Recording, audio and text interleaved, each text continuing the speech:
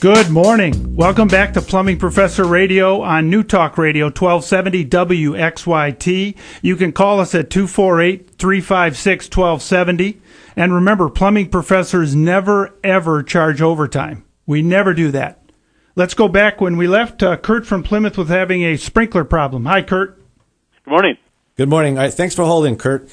Sure. How handy are you? Is this something that you're going to try to fix on your own, or you?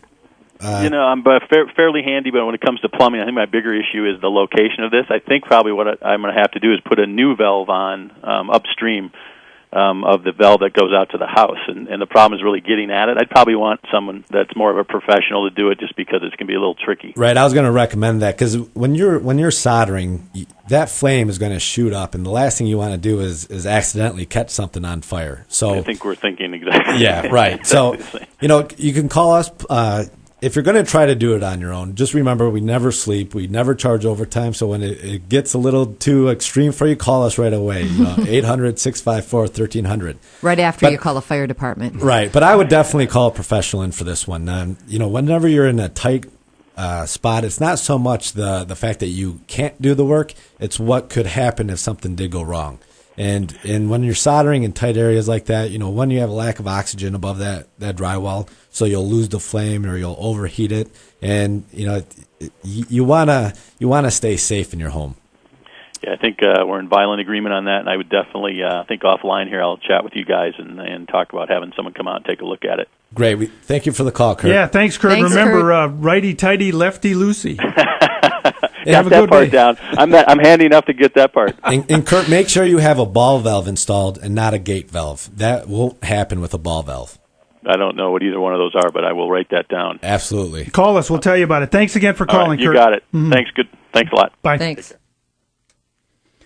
Okay, that was interesting. And Matt, you bring up a good point. There's a lot of things you can do about plumbing. One of the reasons that we did the show, and one of the things we want to accomplish, is we want to help you be able to do things around your house or your business that you can do yourself that will prevent you from ever having to meet our qualified, handsome technicians who are constantly on the road. Because if you do some of these simple things, like the whole house shutoff, like winterizing sprinklers, like disconnecting your hoses from the outside of the house, you won't have problems that result in us coming out or the need to call ISC Services, who's an emergency restoration company. So it's important. These are simple things. They don't cost any money. If you call us, that's a different story. That's right. And knowing what options are out there. Kurt didn't know the difference between a ball valve and a gate valve.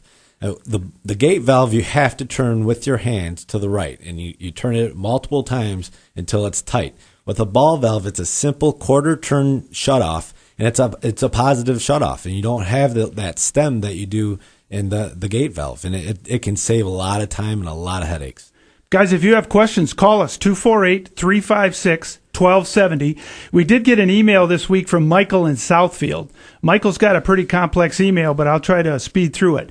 He says, I had another plumbing company out here with their cameras and a hydroflush about 9 months ago. They determined my sewer line was broken at the tap line entering the main city line in Southfield.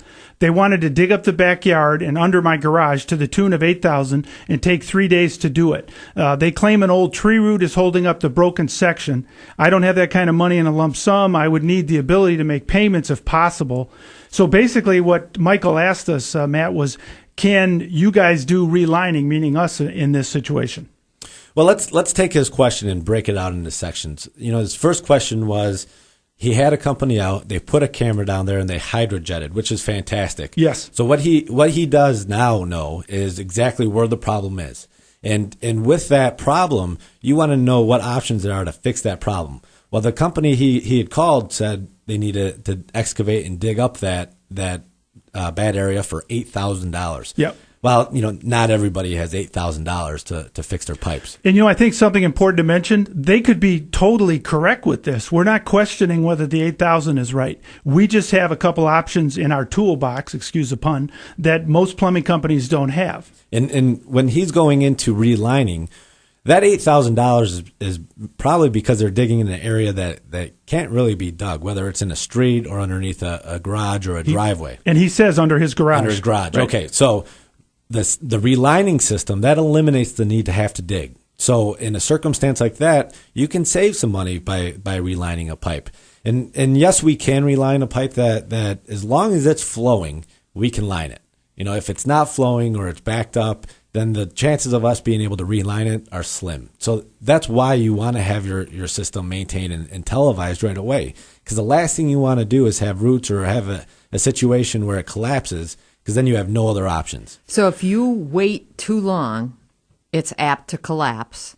Once it collapses, you don't have the option to line, then you have to dig. That's right. Regardless. It goes back to how often are you seeing your plumber? I mean, are you having your plumber come out once every 3 months or twice a year to snake your drain? If that's happening, then those tree roots are just getting thicker and thicker and bigger, right to the point where he says it's holding the pipe together. I mean, you would be amazed at what we've seen. I mean, we've pulled out tree roots that look like the inside of the pipe because they've grown together. And something to remember, in a properly installed pipe, and most of them start life that way, installed correctly, there should not be tree roots. There shouldn't be dirt, there shouldn't be gravel or sand. But over time, plumbing all over the world shifts, it freezes, it has earthquakes. There's vibrations every day from us and from the planet that cause those cracks, and then tree roots get in there. So if you're seeing a plumber, Matt, like you were just saying, if you're seeing a plumber every 60 or 90 days and you've watched his kids grow up with their pictures, then something else is probably going on down there that you really want to know about, so you don't end up like Michael in a situation where you may have no choice but to dig. And if you have tree roots in your sewer, we're not saying that you have a major issue, but you would definitely want to get a camera down there. Put the camera down there and see just how much of the pipe has tree roots in it. With relining, we can reline anywhere from 2 feet all the way up to 150 feet. So if you have one section of your sewer that has tree roots in there, we can fix it with a 5-foot liner, and you don't have to worry about it again. We warranty sewers up to 20 years with that relining process. That's unbelievable. And there's no digging at all. So if it's underneath the driveway or the garage, we can reline it. You don't have to worry about a thing. You don't even have to clean out your garage. In a circumstance like Mike's, he's got a big issue. I mean, what are you going to do? You're going to lose your garage. So not only is that repair going to cost you $8,000, you're going to have to do something to the garage too, whether you're taking it down or putting it back. And Mike, we have a very simple philosophy at the company. We say if you wouldn't do it at grandma or grandma's house, don't do it to our clients. And if you were grandma, I'd be saying, Grandma, you've got to get something done before that collapses, because it will. And one other thing that we have besides lining that I guarantee nobody else in Michigan has is we just signed a deal with GE Financing, and Plumbing Professors have gotten together, and we now can offer financing. So we could actually help you with an $8,000 project like that to get financing. Of course, it's subject to credit approval, but on an $8,000 deal, you could have payments, Mike, of roughly $100 a month. And that would let you take care of that problem and then push the payment off to the future. And it's with a reputable company, and we can tell you about it. And you're not going to find that financing with anybody else, Mike. The main thing to know is when you have a problem inside your home or your roof, you're going to see it. With sewer pipes, it's underground, so you're not going to see it. Hey, hard to believe another hour is gone. We really appreciate you listening to Plumbing Professor Radio on WXYT 1270. And we want to thank the team of Plumbing Professors, the men and women who really don't sleep, and their families for working around the clock to take care of you when you need us. Call us 1-800-654-1300. And I want to give a shout out to my niece and nephew, Maverick and Dayton in Parker, Colorado, who got up early this morning to listen. Talk to you next week, Detroit.